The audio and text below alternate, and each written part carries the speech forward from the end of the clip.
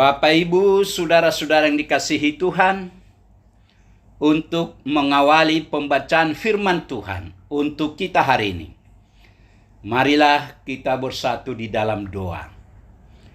Damai sejahtera Allah yang melampaui segala akal, itulah yang memelihara hati dan pikiran saudara-saudara di dalam Kristus Yesus Tuhan kita.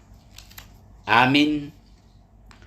Bapak, Ibu, saudara-saudara yang dikasihi Tuhan, firman Tuhan untuk kita hari ini, Senin tanggal 4 Maret 2024, tertulis dalam kitab Daniel, pasal yang kedua ayat 47.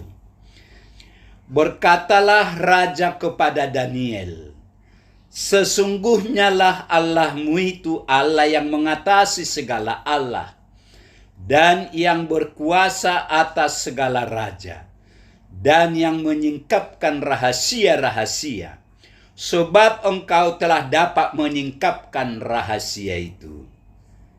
Demikian firman Tuhan, Allah yang mengatasi segala Allah. Bapak, Ibu, saudara-saudara yang dikasihi Tuhan, semua orang pasti pernah bermimpi.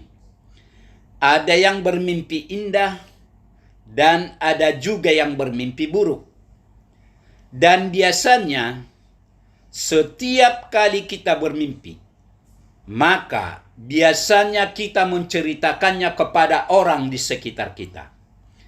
Mimpi yang kita ceritakan tentu cerita yang seperti yang kita ketahui atau yang kita mimpikan. Kita tidak mungkin dapat menceritakan mimpi orang lain.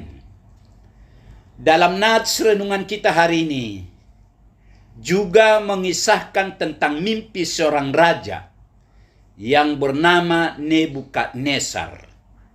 Yang uniknya, mimpi ini membuat Raja Nebukadnezar menjadi gusar dan gelisah.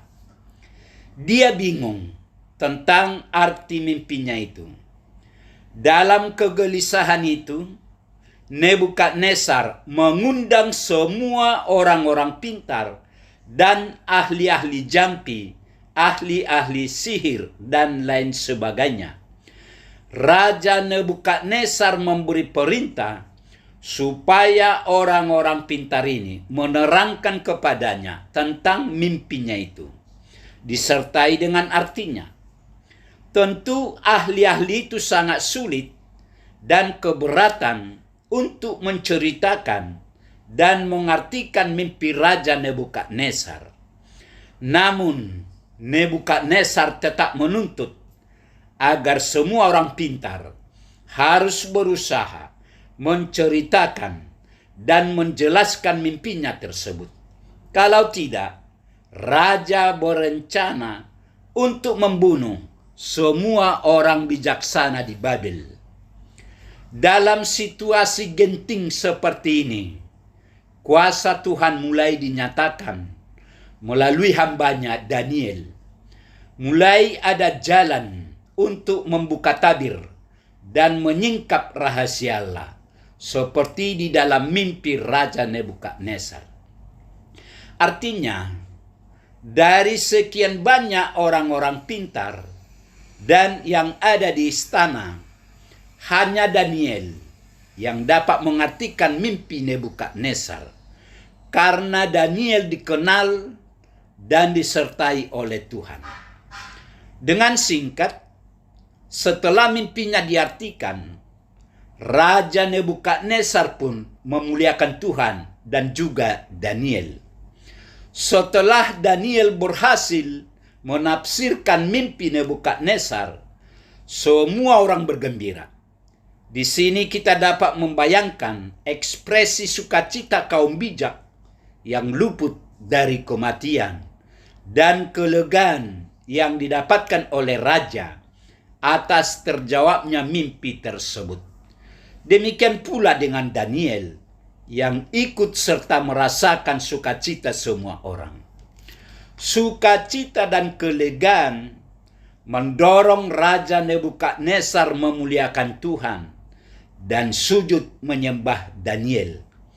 Nebukadnezar berkata, "Sesungguhnya lah Allahmu itu Allah yang mengatasi segala Allah dan yang berkuasa atas segala raja dan yang menyingkapkan rahasia-rahasia, sebab engkau telah dapat menyingkapkan rahasia itu." Di sini kita perlu melihat dengan jeli dan menafsirkan tindakan Nebukadnezar sebagai pengakuan pribadi bahwa Allah Daniel adalah Allah yang hidup. Di mata Nebukadnezar, Allah Israel mengatasi segala Allah yang ada di dunia. Ia adalah Allah yang berkuasa atas segala raja dan berkuasa memberi dan menyingkapkan segala rahasia. Artinya, Nebukadnezar memahami bahwa Tuhannya Daniel adalah Tuhan yang benar. Sesungguhnya Tuhanmu adalah Tuhan segala dewa dan Tuhan segala raja dan pengungkap misteri, kata raja kepada Daniel, karena kamu telah mampu mengungkap misteri ini. Atas keberhasilan dan sukacita yang besar ini, Nebukadnezar memuliakan Allah Daniel dan memberi perintah untuk mempersembahkan persembahan kepada Daniel, seperti janji raja di ayat 6 tentang pemberian hadiah dan pahala serta kehormatan besar kepada orang yang menceritakan dan menafsirkan mimpi itu. Nebukadnezar mengangkat Daniel dan memberinya banyak hadiah besar, dan dia menjadikannya penguasa atas seluruh provinsi Babel. Namun yang terjadi adalah Daniel menyerahkan dan mempercayakan kekuasaan dari raja kepada para sahabatnya. Daniel mengajukan permintaan kepada raja, dan dia mengangkat Sadrak, Mesak, dan Abednego untuk memerintah provinsi Babel, sementara Daniel berada di istana raja. Mungkin kita bertanya, mengapa Daniel menolak kekuasaan itu? Karena semua kerajaan di dunia tidak abadi dan akan hancur, seperti makna mimpi Nebukadnezar. Hanya kerajaan Allah saja yang akan berdiri tegak dan abadi. Alasan inilah yang menjadi dasar pertimbangan Daniel. Keputusan Daniel merupakan cermin kerendahan hati. Sikap tersebut memperlihatkan bahwa semua kekayaan dan kekuasaan di dunia bersifat fana, sebab yang kekal hanyalah Allah dan kerajaannya. Amin. Marilah kita berdoa.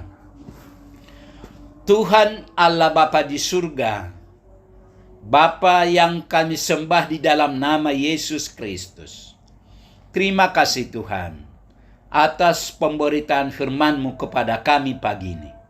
Firman-Mu mengingatkan kami agar kami mau membantu saudara-saudara kami, seperti yang diperbuat oleh Daniel, membantu pergumulan Raja Nebukadnezar.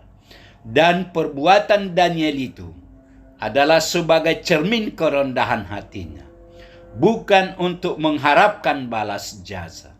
Berkatilah firman-Mu ini ya Tuhan, agar firman-Mu ini menjadi pegangan hidup kami. Terima kasih Tuhan, dalam Yesus kami berdoa. Amin.